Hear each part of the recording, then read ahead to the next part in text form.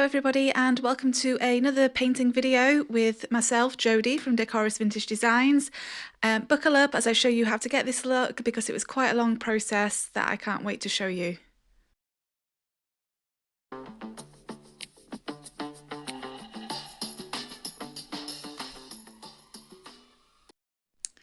So I felt a little hesitant calling this a tutorial because it's not really, it's more, because so much went into this, it's more showing you my painting process. So here I started with collard greens from Dixie Belle and mixed it with sea spray, and what I'm kind of hoping is that you get some inspiration from this. As usual, some of this was painted live as well. I'm debating at the moment as to whether or not I should just maybe really cut down on the lives and focus on the really good edits instead. But for this video today, some of it was painted live and like this here, and I just wanted to make you aware of it. Here I have my piece that has been painted in the collard greens and sea spray, and I've got apricot, and I am just basically putting this into the middle of the piece as a highlight. I'm not really sure if this part contributed to the overall finished look, but I'm going to show you every step anyway because the initial plan that I had didn't quite turn out as I wanted, but all of these little processes did lead to that overall finished look, so I think it's good for you guys to see that. Now I have Kernel Mustard, which is a very deep yellow from Dixie Belle. I think probably the darkest yellow that they have. I am applying this all to the sides at this moment, and I am bringing it inwards. So my initial idea was I was just going to layer lots and lots of colours together and then eventually peel them all back, and it just didn't quite go to plan. It looked great, but it didn't suit the decoupage paper that I'm going to be using in the middle of this piece. So part of painting sometimes is problem solving, and that's what I want to show you what I did today, and and that's totally fine. Painting is all about just kind of going with it and seeing what happens.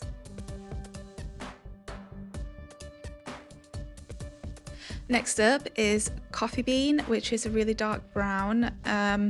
This definitely, I feel, contributed to the finished look, and I felt this part was quite important. So I have my coffee bean and I'm focusing it mainly around the edges, and as you see in a moment I will also be focusing it on the pulls as well. This is what we call layering, and this can be a very important step for oldie worldy looks, and it's like what I say with every video that I do where I kind of do an oldie worldy look, which is a lot. So we're just focusing on places that have been exposed, that might have been touched a lot, so the outsides and the pulls are obvious places for that. This will help build some undertones and also some age to the piece, and it will help me grow towards the direction that I'm heading for. The full live of this part is also on the Dixie Belle page if you are interested in that. This is what I call the crazy hot mess part, but it is there. I am not going to spend too much time focusing on the early stages of this furniture, just because there is a lot to get through, and I want to be able to show you each part I did step by step and focus on the parts that I feel were the most important. Here I have some watered down Evergreen and an artist brush, and I'm focusing this mainly on the edges again, and I'm letting it drip. This again wasn't too important to the overall finish, but as I say, when I started this piece I had a totally different idea in mind of where I wanted to go with it. So this part, if you want to kind of get the look I got, then you don't need to worry about this part. Moving on. Whoa, look at that right now. That looks like it needs to be rescued from my painting rather than just be an overall, pre-loved rescued piece of furniture. But don't worry, it's going to sort itself out. So I have some driftwood, and I am just kind of focusing this on, I don't know, I guess I'm just kind of randomly putting it in places, to be honest, and leaving little gaps. This was so, the original plan was to be able to, as I say, build and layer so that some of the original colours were poking through. Whether this contributed to the overall finish, I'm not entirely sure, but I think maybe it did, maybe just a tiny little bit. And what I'm doing also is I'm also tapping in some places, and that also was just to reveal some of the colours underneath. So even though some of this didn't contribute to the overall finish, you know, what you guys might be able to get from it is you might be able to do something similar yourself if you want a rustic look, because it can be done with really pretty boho colours, or it can be done with, you know, like this, with in the oldie worldy style, which I was initially aiming for. So, you know, so maybe you could get some hints and tips from it, even though, you know, it didn't exactly go to plan for me. I'd also love to know, guys, what your favourite look is. Mine, I am definitely torn, I think, between bohemian styles and also those very old faded grandeur styles. And I sometimes find that I kind of go in between them both, but I definitely sway from each one to the other. Here I have some watered down driftwood. Sorry, the last one was not driftwood, it was Spanish moss, by the way. Whoops, I made a mistake. So I've just got like a very small brush for this part, and I'm focusing it again just around the edges and the pulls, and I am tapping. Again, this is just to get that layered look. I do feel this part may have contributed a tiny bit to the finished look, so I'm going to leave that playing. So I'm letting it drip a little bit, but then I do get my kitchen towel and I do mop up those drips and just create a more textured ragging effect. So the diluted paint means that it will give it a wash, so it will alter the overall tone, while also bringing it together a little bit, and also letting some of the colours underneath still shine through. Washes can be a great way sometimes if you want to bring some colours together, because you can choose whatever colour you want to dilute down. They're also a great way to layer and add texture, and, you know, and just, as I say, just to bring some pieces together sometimes. I think maybe you can see what my original vision was here, and I really like where, you know, I liked where it was going. It was just such a shame it didn't suit the decoupage paper. This part isn't important, but just to let you know, I used terracotta here and palmetto over the top. Basically put in terracotta in the top left and palmetto in the bottom right, and again did a little bit of water and ragging, but it didn't really matter for the overall finish. And again, I've got my driftwood. Again, this part was painted live, so I apologise for the quality. And again, I'm just putting some watered down driftwood on, and I am ragging it. Again, it's just a wash, and I'm doing it for the reasons that I explained earlier. I very rarely focus a piece of furniture around a certain transfer or decoupage paper, but Michelle from Mint by Michelle was just so lovely, and you know, I was really happy that she sent me this beautiful decoupage paper that I just wanted to, you know, give it justice. So it was unusual for me that you know, I kind of did it a backwards way round as to how I would normally paint furniture. So now I've just got a bit of cardboard, and I think this was, yes, it was definitely Spanish moss that I used here, and I'm just scraping the Spanish moss just randomly, mainly focusing around the edges and scraping in different directions all around. This part was definitely important because to the overall finish, because it left a very textured finish. It was very thick, and so when I eventually crinkled the decoupage paper, what this did also, as well as, you know, shining through a little bit the colour when I distressed, it also kind of left the furniture looking a little bit crinkled, so it kind of just added to that aged crinkled decoupage effect.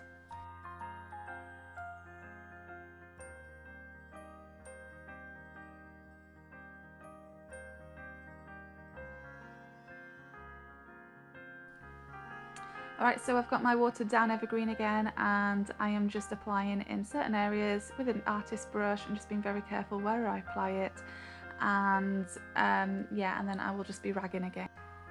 This, so I think you can kind of see, especially here now, where I was heading with this. It was going to be very grungy, very oldie worldy, and just very rustic. And, you know, I was a little bit gutted it didn't go to plan, but as I say, sometimes that happens and you've just kind of got to work around it. It's also important to take a step back sometimes. When I eventually finished this part of the furniture, and then I held the decoupage paper up to it, which you'll see in a moment, I just had a moment where my heart sank and I was like, oh no, it's not going to work, the colours don't work. And I just took a step back from it. I went to bed, slept on it, and then the next day I woke up feeling refreshed and felt like tackling it again. Sometimes when you feel a bit frustrated with a look that you're doing, especially if it's a look that's not always simple to recreate, because as you can see there's a lot of steps in this, when you've put so much effort in, it can be really frustrating. So it's just really important just to take a step back, I know it's really hard, and I've been there and I've thrown paint on stuff when I've been really frustrated and I, you know, tried to make things work. It's just really important to take that break so that you can see it with fresh eyes, because the more frustrated you are, the more difficult it is going to be to make something work. But anywho, here I am using a little bit of Palmetto as well around the edges, just to give a little bit of depth, and the Palmetto is also it's also diluted, and again, just to create that wash effect. Alright, so now here I have like a palette knife, and check out my hood, look at that. Oh yeah, that's how I'm feeling. That's my mood right now with this piece of furniture. And anyway, where there's sea spray, there's quite thick globs of sea spray, if you remember from the first application. And all I'm doing is scraping that off, and that's going to reveal some of the layers underneath, just to give that very chippy look. And here you can see I put the lady up against the drawers, and you can see the colour scheme just totally isn't working. But I'm going to apply her anyway, and then I'm going to you know, work with what I've got. So I've heard of quite a few mediums that you can use to apply this decoupage paper with. I decided to use one of Dixie Belle's top coats. I think it was a flat one that I used. So I am applying it, and then I am onto the furniture, and I am then applying the decoupage paper in sections and using cling film. So I'm using cling film to help smooth it out, and also it will create a few wrinkles just to give that very aged effect. If you have, you know, crevices in your furniture like I do here, then just be very careful, because, you know, once the paper becomes wet, it's easy to rip.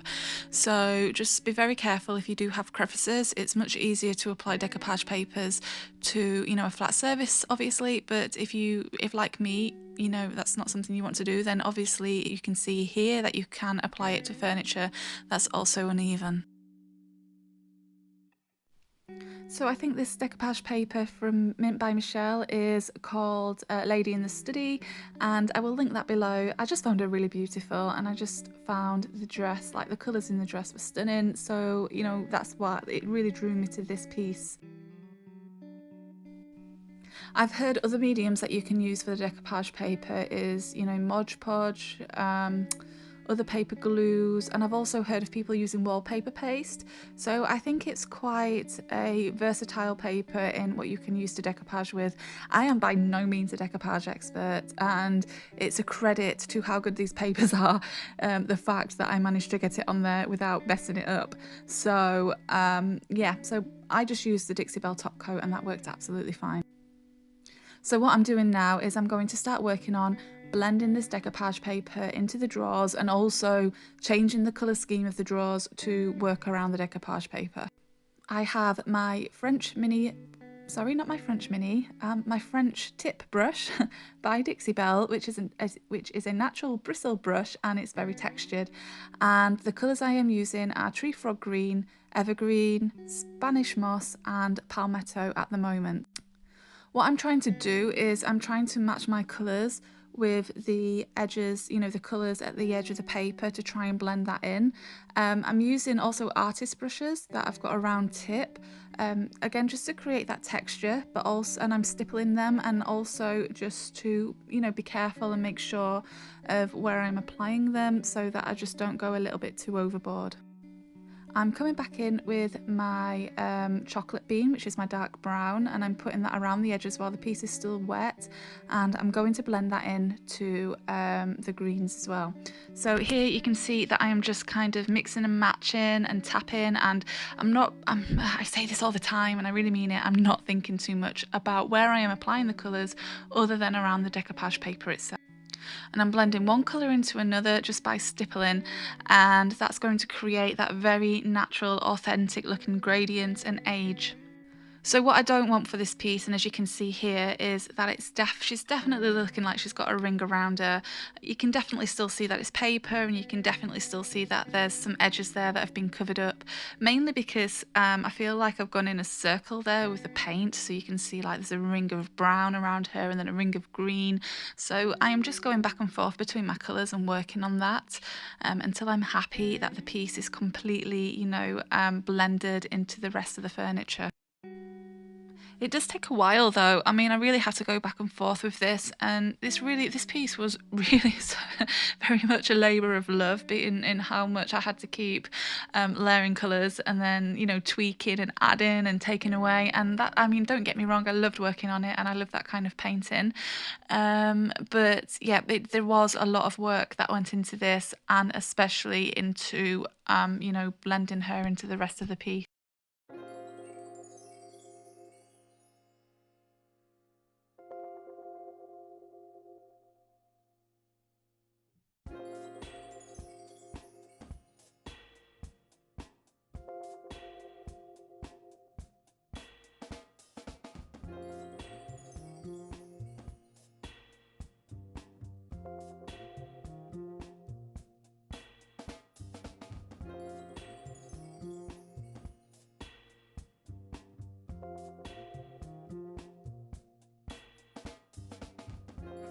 Alright, so now I just have some very fine grit sanding paper, and I am just gently sanding the whole of this piece, including her, just to make her look more blended.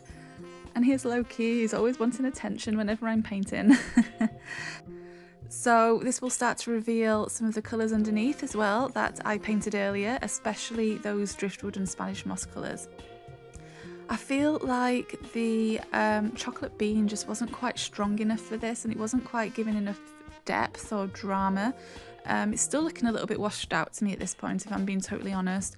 So I've decided to come in with my Caviar, and I am blending my tree frog green into the Caviar, again by using brushes that have round edged bristles to them, and also I am stippling.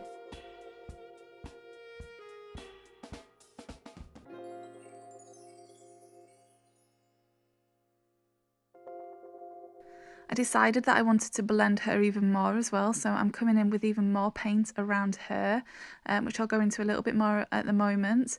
And as you can see, I've got some terracotta there. That is to try and match her background a little bit, but I'm basically now, what I've decided is I'm going to just kind of leave her as a body rather than have any background on this piece. So what I'm thinking is maybe I will, at this point I'm thinking maybe I will, you know, blend it into the point where she maybe looks like she's sitting on one of the drawers. As you can see, it looks like her bum is plonked at the bottom of the second drawer there, and then, you know, her legs are dangling down into the third drawer. That's how I was kind of looking at it. So so yeah, that was the plan from there on. So I've got my Caviar, I'm bringing some of my Caviar into the furniture, and again that's just to create some drama. The tree frog green is probably the most brightest and vibrant green from Dixie Belle, so I'm using that. And then I have also got some Palmetto, which is going to help tone the green down, and I have also using some Spanish moss here, as you can see, for a little bit of highlighting and a little bit more blending. So it is just really, I really can't tell you exactly where and when to put your brush, because it is an intuitive thing. But I can guarantee that if you have a little play, you could even just get a canvas if you're not 100% sure, because that's actually what I did before I did this. I got a canvas and I practiced with the colours on there to make sure they would work. And yeah, and you can just have a play and just add and take away colours, and, you know, eventually I'm sure it will work out.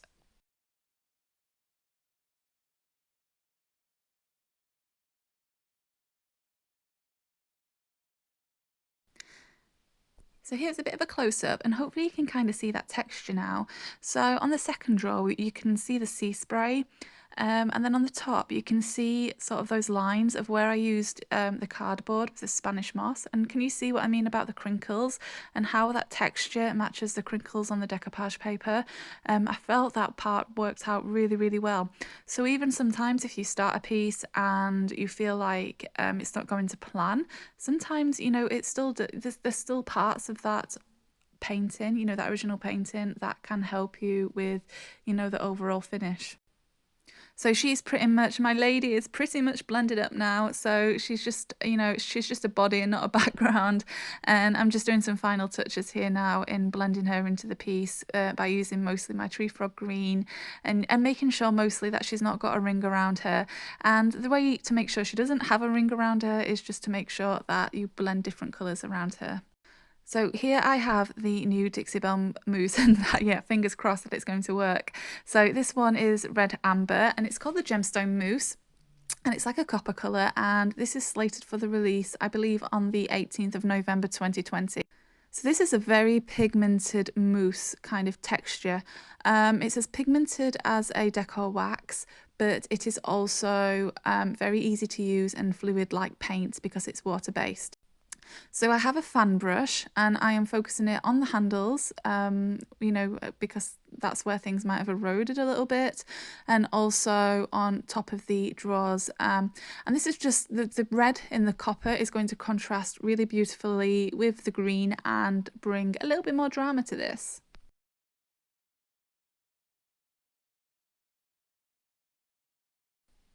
I'm being very careful about where I put my fan brush, and that's why I decided to use a brush like this, because it very gently applies paint. I am then getting my water mister and I'm just going to let it, you know, give it a little mist and let those drips come down. I then got a stencil. I think this might be one from Annie Sloan. It's like a rose stencil, an old one. I don't know, I just found it in my collection. And I felt the lady was being a little bit floaty.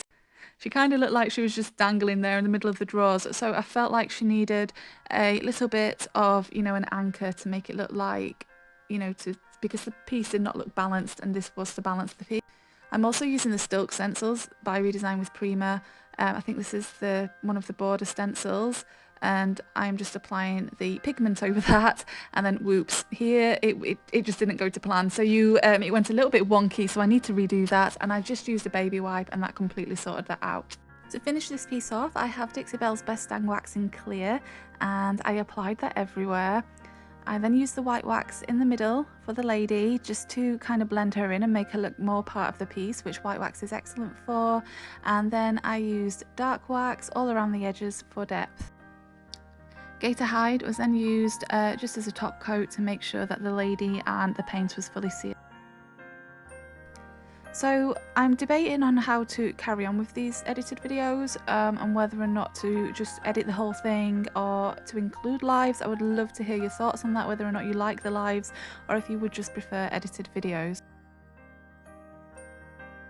But hopefully you got some tips from this that you found useful, you know, with your own painting journeys. As you can see, mine isn't always perfect, nobody's journey is perfect. But if you did like the video, then don't forget to give it a thumbs up and subscribe to the channel and turn on those notifications that you're notified whenever I do a video. Thank you so much, guys.